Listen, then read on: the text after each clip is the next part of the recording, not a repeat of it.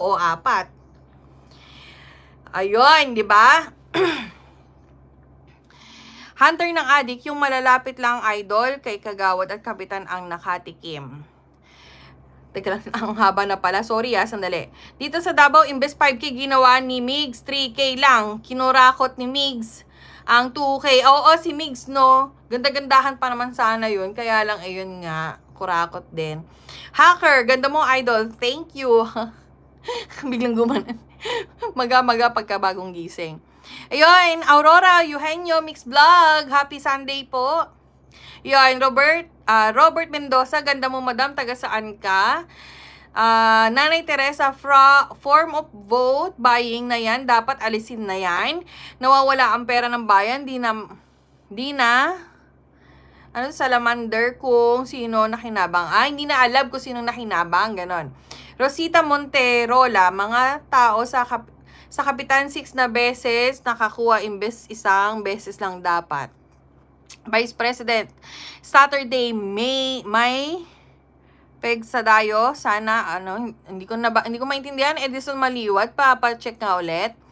Ayun, Clarita Gandule, kahit kaya naman bayaran ni Lisa yan. Perk ang tanong. Pero ang tanong, kung magpapabayad ang INC. Hindi naman yata mukhang pera ang INC. Wala na silang panindigan kung magpapabayad sila. Clarita Gandule, okay, I can vouch, hindi nila kayang bayaran ang Iglesia ni Cristo kasi hindi sila nagpapabayad sa kanilang dignidad. Okay? Ang taong hindi nagpapabayad sa kanilang dignidad is walang katumbas na pera yan. Okay? Ayun. Top St. John. Bakit po maraming drugs sa Davao, sa munisipyo at sa PNP? Kala ko po safe na ang Davao sa drugs. Ba, hindi ko din alam. Sinong protector dyan? 'Di ba? Siguro kung si Tatay Digong o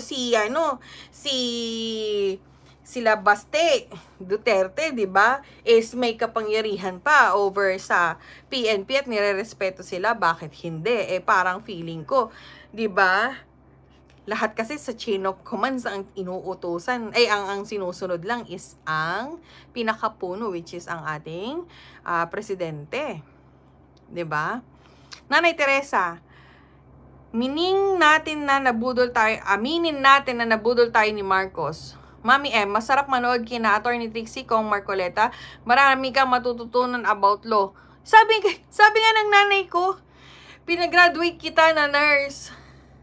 Parang ngayon maipag-usap ako, sabi niya, para akong nakikipag-usap sa attorney. Si Mami, yung nanay ko. Ito na yung anak kong attorney. Naging attorney. Iyon, Chad Siabal, Mike Cervera, na vlogger, sinisiraan si Banat Bay at mga DDS daw, inuuto ang INC. Sabi ni Mike Cervera, no. Oo, hindi totoo yan. Hindi kami nagpapabayad. Hindi rin nagpapabayad si Banat Bay. 'Di ba? Kasi doon, litaw na litaw. Sabi ko nga dun sa isang pinakahuli ko nga bakit kami gagastos? Bakit kami mag-e-effort? Kasi ang pinaglalaban natin dito, guys, is yung buhay natin as mamamayang Pilipino. Ngayon, bakit kami paparte sa alam naming hindi naman tama? Ano bang magigain namin? 'Di ba? Wala. So, itong pinaglalaban namin mga vloggers, dun tayo sa totoo lang, sa katotohanan. Ito lang, guys, napakasimple lang. Kung ang BP Sara natin, okay? Kung ang BP Sara natin is talagang napatunayan na talagang siya corrupt na tao. Kung napatunayan, sa tingin mo kakampi kami? Ito, hindi nag-iisip tong mga to. Sa tingin nyo kakampi kami dun kay BP Sara kung nakita namin na corrupt siya? Hindi. 'Di ba? Hindi. Ganun lang 'yun. So, ito. Ano to? Ayun na, dali ka, tuloy. Vanessa Pangan. Alvin Peñol, sino ba nagpakalat ng polvoron video? 'Di ba? Ponyo, sabik na maging pangulo. Isa pa tong tangan tong si Alvin Peñol na to. Di ba nga yung sinasabi, sabi nga ni Bibi Sara, hindi niya ilalabas yung USB na yon, nasa kanya yon. Ang naglabas